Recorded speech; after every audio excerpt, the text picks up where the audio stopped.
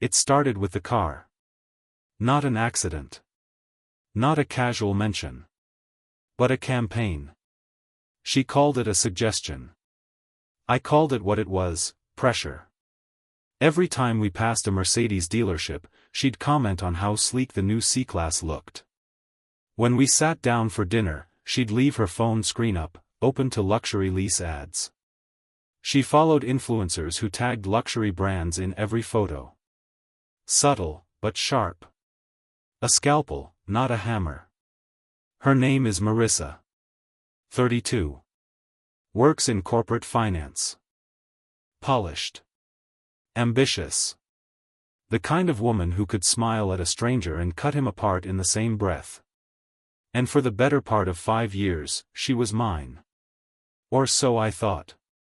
We met at a networking mixer downtown. She wore a navy blouse and black trousers like armor, hair pinned back like she was ready for war. But when she smiled, really smiled, there was softness. I fell hard. Too fast, probably. Within a year, we'd moved in together. She picked the condo. I paid for the furniture. She wanted everything gray, white, minimal. She called it modern. I called it sterile. But I didn't argue. The first time she brought up the car, I laughed. $100,000 for something that depreciates the second you drive it off the lot. She smiled. Not everything is about depreciation. Some things are about presentation. That night, she didn't touch me. The second time, she was less playful. You said you'd support my goals. My lifestyle. I nodded. Your lifestyle doesn't have to be paid for in chrome. We argued. She went cold. I convinced myself it was temporary. She always bounced back. But then came the nights she stayed late at the office. Finance is busy, she said. Team meetings, client dinners. I believed her, at first. Then came the scent. A cologne I didn't recognize. Not mine. Musky, with an expensive note. Something designer. Something I couldn't afford without skipping mortgage payments. Her phone buzzed more often. She always angled the screen away. Laughed quietly. Said it was just Lisa from accounting. But she never smiled like that with Lisa. One night, I waited up. She came home at 1:12 a.m., heels in hand. Hair windblown. Lipstick faded. I asked how the dinner went. She blinked too slowly. Fine. Boring. Just numbers and drinks. Who was there? She named 3 co-workers I'd never heard her mention before. Something inside me began to tighten. The next morning, I checked our shared calendar. She hadn't logged any work events. No dinner. No client meeting. Just blank space. I told myself she forgot to update it. But I started watching more closely. That weekend, while she was out getting a blowout, I checked the passenger seat of her car. A receipt from Delmare Steakhouse. 2 entrees. 2 drinks. 1 dessert. No colleagues mentioned. The second wine was a Brunello. She never drank red. She came home with fresh flowers. Said they were a promo from the hair salon. I nodded. And the air grew heavier. That night, I dreamed of glass shattering in slow motion. I didn't know what exactly had broken yet. But I knew it had started. I didn't expect the truth to arrive by accident. But that's how most betrayals surface, not through confessions, but through carelessness. It was a Thursday evening. She'd left her laptop open on the kitchen counter, half covered by a glossy home decor magazine. A slow jazz playlist played from the living room speaker, something she liked to put on when she was feeling proud of herself. She was in the shower. I was chopping vegetables for dinner. Then the email pinged. Subject line, the car, your treat next time winking face. I wasn't looking for anything. Not that night. I was trying to forget how heavy it all felt. But the subject line, it grabbed me. I clicked. It was a short thread. Her response was flirtatious, playful. The email below hers was longer. From a man named Jason Holbrook. Senior VP at her firm. Divorced. No kids. The kind of guy who wears watches the price of used cars and calls people buddy while ordering $60 bourbon. His message. You looked incredible in the AMG. Suits you. Not just the car. The lifestyle. I meant what I said, I'd rather have you in the passenger seat than anyone. And next week, it's Cabo. My treat. Think of it as an upgrade. She hadn't declined. She replied with a wink emoji. My hands went cold. Knife paused mid-carrot. The jazz felt louder somehow, like it had turned sinister. I heard the water stop. I closed the laptop. Set the knife down. When she came out, wrapped in a towel, smelling like citrus and steam, I smiled at her. Told her dinner would be ready in 15. She kissed me. Told me I was sweet. That night, while she slept, I Googled him. Jason Holbrook. 44, former investment banker. Joined her firm last year.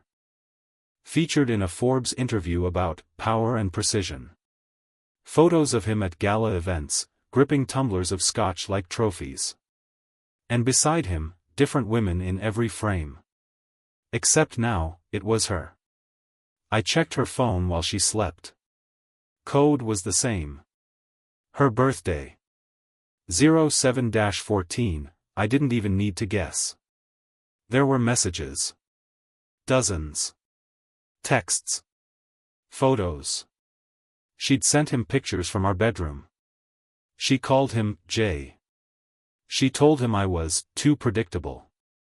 That she wanted more. She even joked that maybe he should help her trade in the Altima. The car. It always came back to the car. She wanted chrome and cash. Power and presence. She didn't want me. Not anymore. I didn't sleep that night. I sat on the edge of the bed, staring at the phone, wondering what part of me had missed this, or worse, enabled it. By morning, I'd already moved half of our joint funds to a separate account. I ordered a voice recorder from Amazon. Picked up a clone SIM the next day. I didn't confront her. Because rage is loud. But revenge? Revenge is silent. And I was just getting started. I work in logistics. The beauty of my job is in its invisibility. Supply chains. Timetables. Efficiency models. Every movement is calculated. Every error accounted for before it can happen. It turns out revenge functions the same way. The first step wasn't rage. It was inventory. What did she value? Status. Appearances. Clean reputations. What did he value? Control. Privacy. His standing as the powerful bachelor with flawless PR. I had to build something sharp, but quiet. A scalpel, not a hammer. I started with data. I installed spyware on her phone. Easy enough. She still used my Apple ID to sync photos. She never turned off auto backup. Messages. Emails. GPS history. Calendar events. I mirrored all of it. Within 2 days, I knew when they met. Where they stayed. What gifts he gave her. What lies she told me. I even knew the passcode to his building, 4762. She texted it to herself. Sloppy. Next, documentation. I set up a folder on a cloud drive. Named it, Invoice Backups. Encrypted. Hidden. Inside, screenshots. Audio recordings. A log of every meeting, every explicit message. Each file labeled by date and time. I watched her laugh at her phone across the dinner table. She thought she was free. She thought I was weak. But I wasn't done. I ordered a new wallet-sized voice recorder. Slim. Portable. I tested it during Zoom calls. Clear audio. Then came the financial shifts. We shared a checking account. I rerouted my direct deposit. Cancelled her secondary card. She didn't notice at first. Then, I changed the beneficiary on my life insurance policy. Removed her name from my work benefits. All quietly. All legal. I scheduled meetings with a divorce attorney, off the books, cash only. She thought I was at the gym. At night, I smiled. I kissed her. I asked if she wanted sushi or Thai. She leaned into me like nothing had changed. On the weekends, I watched their locations sync, her dot overlapping his. Cabo was approaching. She told me it was a company offsite. I nodded. Inside, I was mapping the collapse. I reached out to a friend, Max. He worked in compliance. Knew how to make rumors look like revelations. I gave him everything on Jason, shady investments, internal memo screenshots, flagged expense reports. Max grinned. This is gold. It's a start, I said. Because the best part of a trap isn't the fall. It's the false sense of safety right before. I sent Jason an anonymous email. Told him someone was watching. Attached a photo, him and Marissa kissing outside the Imperial, our favorite downtown hotel. No words. Just the picture. He'd start to feel the heat. Look over his shoulder. Wonder. Paranoia is powerful. But not as powerful as patience. And I had plenty left. The thing about silence is, if you hold it long enough, people fill it in for you. She noticed I was quieter. Less sarcastic. Less resistant. When she brought up Cabo again, I simply nodded. Asked if she needed sunscreen. Helped her pack. Are you okay lately? She asked one night, sitting on the couch with a glass of wine. Work's been busy, I said. Trying to decompress. She nodded. Took the excuse like a lifeline. She wanted to believe I was just tired. Not unraveling the life she thought she controlled. Before Cabo, I booked a deep clean service for the apartment. Left instructions to change nothing. I wasn't doing it for her. I was marking what would soon become a crime scene of betrayal. When she left for the airport, I kissed her forehead. Text me when you land. She smiled, almost relieved. As soon as she was gone, I moved. I checked the GPS logs, she hadn't lied about her flight. But that didn't mean honesty. That weekend, I posted a photo of us, old, happy, on social media. Caption, missing her already. I needed her comfortable. Meanwhile, Max reached out. Jason's expense reports were now being audited. The anonymous tip was escalated to the board. Phase 1 had begun. I spent that weekend making subtle changes to our condo.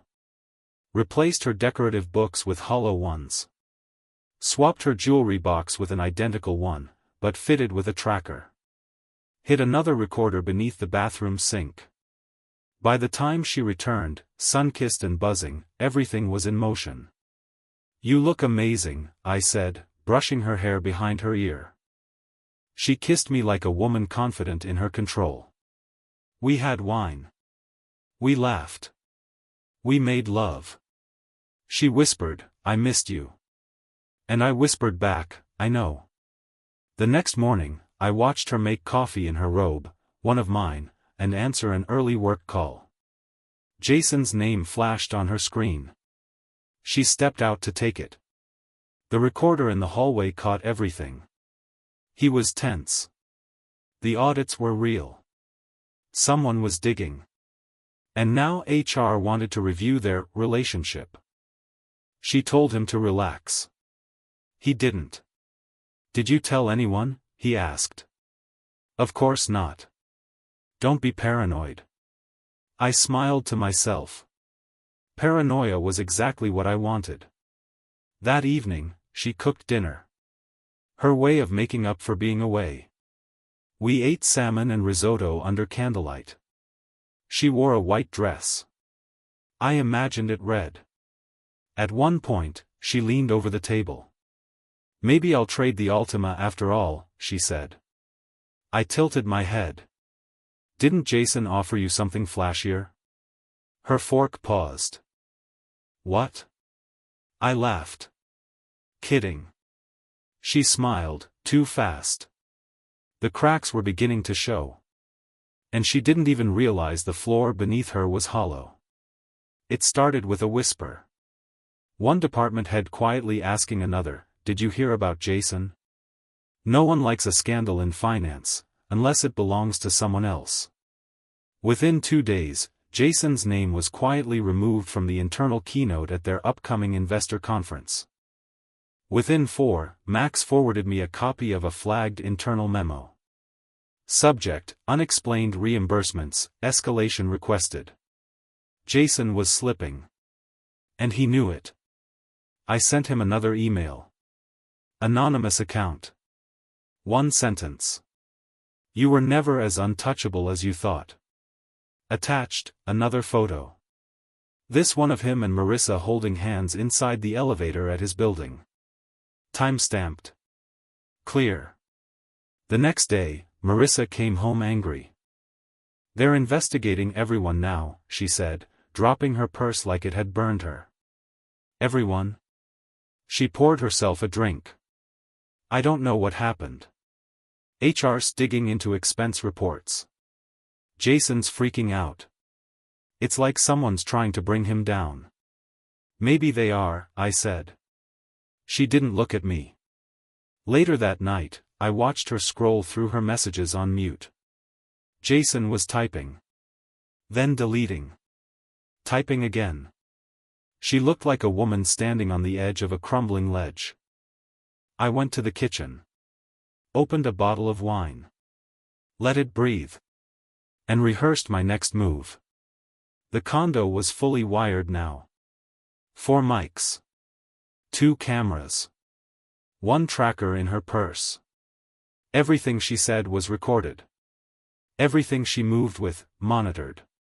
One morning, I accidentally left my laptop open to a car listing, a used C-Class, black, modest mileage. She noticed. Brightened.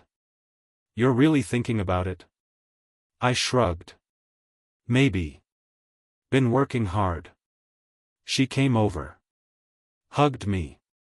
Kissed my neck. A performance. But she was learning the script. I took her to dinner. Wore a blazer. Held her chair. Complimented her earrings. And near the end, I raised my glass. "To truth," I said. She blinked. "What?" I smiled. "Just, to truth." She clinked her glass against mine. But her hand trembled. That night, she reached for me. And I let her. Her body moved like it needed to prove something. Like guilt could be erased by touch.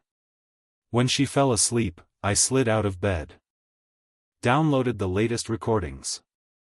Jason was unraveling. She'd tried to distance herself. But not soon enough. Max told me the board was preparing a soft exit, offer him a quiet resignation or push him into a corner and let him fall. Either way, the golden boy's shine was fading. And Marissa? She felt it. One afternoon, she stared at her reflection in the bathroom mirror for 10 minutes. I watched from my phone, live feed. She touched her face like it didn't belong to her. Like the mask was melting. And for the first time, I felt a flicker of pity. Then I remembered the photos. The texts. Jason resigned on a Tuesday. The company sent a polite, sterilized email. We thank Mr. Holbrook for his contributions and wish him well in future endeavors. Internally, everyone knew. Max sent me a screenshot of the Slack thread that leaked. Guess money can't cover everything after all. Marissa came home pale. She didn't speak much that evening. Just poured herself bourbon, his drink, and sat on the couch staring at nothing. I watched her from the kitchen. She looked smaller. Something had cracked. But not completely shattered. Not yet. That weekend, I reached out to Tessa, a friend of hers. Kind. Empathetic. Naive, in the way good people often are. We met for coffee. I told her, carefully, that something was wrong. She's been distant. I think she's overwhelmed. Work. Life. Everything. Tessa nodded. I'll check in on her, she said. She did. Marissa broke down on her. Told her she'd made mistakes. Didn't give details. But enough for Tessa to ask me, privately, has she done something you can't forgive? I didn't answer. Just let the silence bloom. Soon after, her friends started pulling back. Group chats went quiet. Calls slowed. At work, her mentor stopped replying to her emails. The office rumor mill had caught her scent. Not confirmed, not named. Just, implied. Guilt by proximity. She tried to reconnect with Jason. He ghosted her. Deleted his Instagram. Left the WhatsApp thread. Cut her off like a weakness. And suddenly, the man she thought was her escape route had vanished. She came home one night, late, and stood by the window for almost an hour. Didn't speak. Didn't cry. Just stared. She didn't notice me watching from the hallway. A few days later, she confronted me. I feel like I'm losing everything. I looked up from my laptop. You're not, I said softly. You still have me. Her lips trembled. She walked over and knelt beside me. I made a mistake. I didn't answer. She placed her head in my lap. Her tears wet my jeans. And I stroked her hair like a child's. Because I needed her to fall completely. Not just stumble.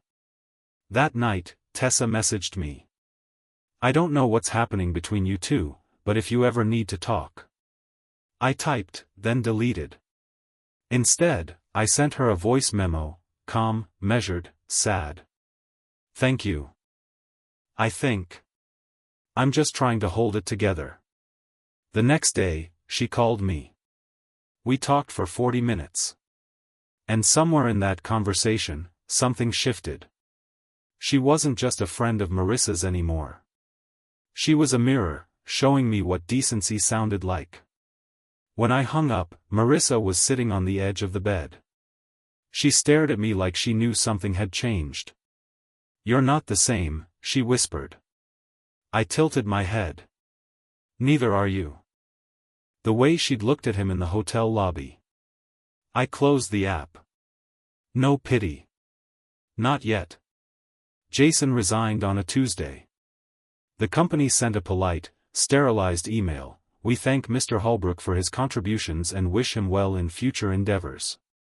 Internally, everyone knew. Max sent me a screenshot of the Slack thread that leaked. Guess money can't cover everything after all.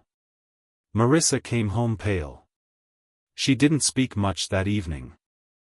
Just poured herself bourbon, his drink, and sat on the couch staring at nothing. I watched her from the kitchen.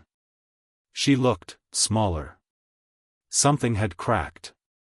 But not completely shattered. Not yet. That weekend, I reached out to Tessa, a friend of hers. Kind. Empathetic. Naive, in the way good people often are. We met for coffee. I told her, carefully, that something was wrong. She's been distant. I think she's overwhelmed. Work. Life. Everything. Tessa nodded. I'll check in on her, she said. She did. Marissa broke down on her. Told her she'd made mistakes. Didn't give details. But enough for Tessa to ask me, privately, has she done something you can't forgive? I didn't answer. Just let the silence bloom. Soon after, her friends started pulling back. Group chats went quiet. Calls slowed. At work, her mentor stopped replying to her emails. The office rumor mill had caught her scent. Not confirmed, not named.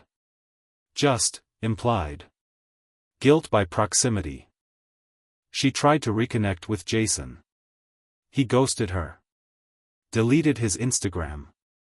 Left the WhatsApp thread. Cut her off like a weakness. And suddenly, the man she thought was her escape route had vanished.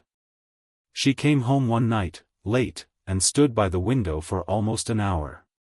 Didn't speak. Didn't cry. Just stared. She didn't notice me watching from the hallway.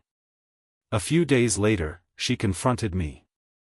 I feel like I'm losing everything. I looked up from my laptop. You're not, I said softly. You still have me. Her lips trembled. She walked over and knelt beside me. I made a mistake. I didn't answer. She placed her head in my lap. Her tears wet my jeans. And I stroked her hair like a child's. Because I needed her to fall completely. Not just stumble. That night, Tessa messaged me. I don't know what's happening between you two, but if you ever need to talk. I typed, then deleted. Instead, I sent her a voice memo, calm, measured, sad. Thank you. I think. I'm just trying to hold it together. The next day, she called me. We talked for 40 minutes. And somewhere in that conversation, something shifted. She wasn't just a friend of Marissa's anymore. She was a mirror, showing me what decency sounded like. When I hung up, Marissa was sitting on the edge of the bed. She stared at me like she knew something had changed. You're not the same, she whispered. I tilted my head. Neither are you.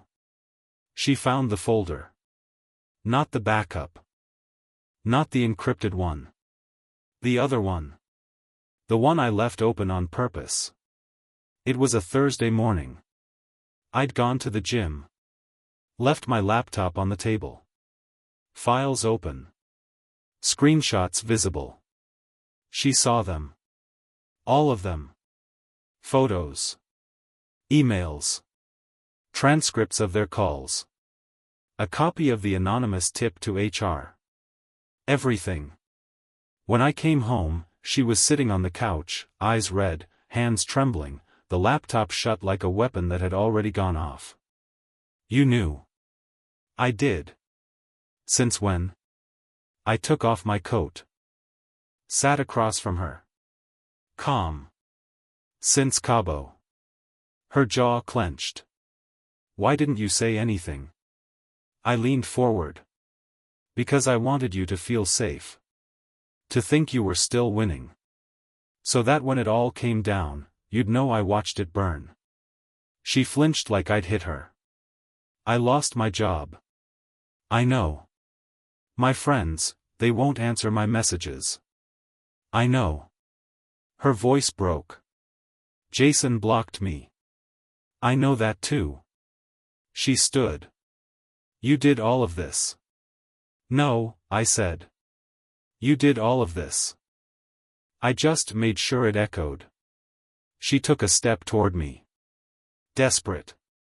Pale. Hollowed. I just wanted to feel like I mattered. Like I wasn't fading. I didn't move. You were supposed to love me enough to fight for me. I stood slowly. Walked to the door. Opened it. She stared at me, chest rising and falling.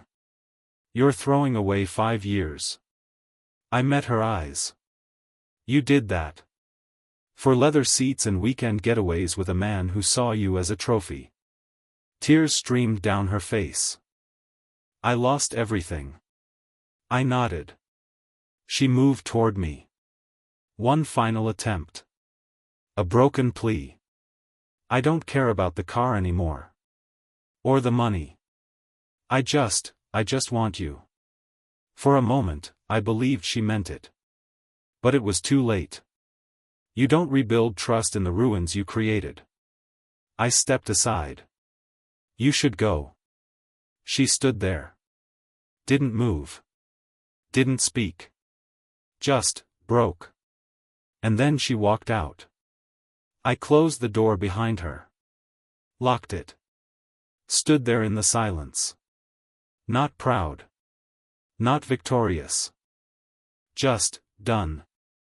Revenge doesn't fix you. It doesn't rebuild what was lost. But it clears the wreckage. It gives you space to breathe. To begin. And sometimes, that's enough.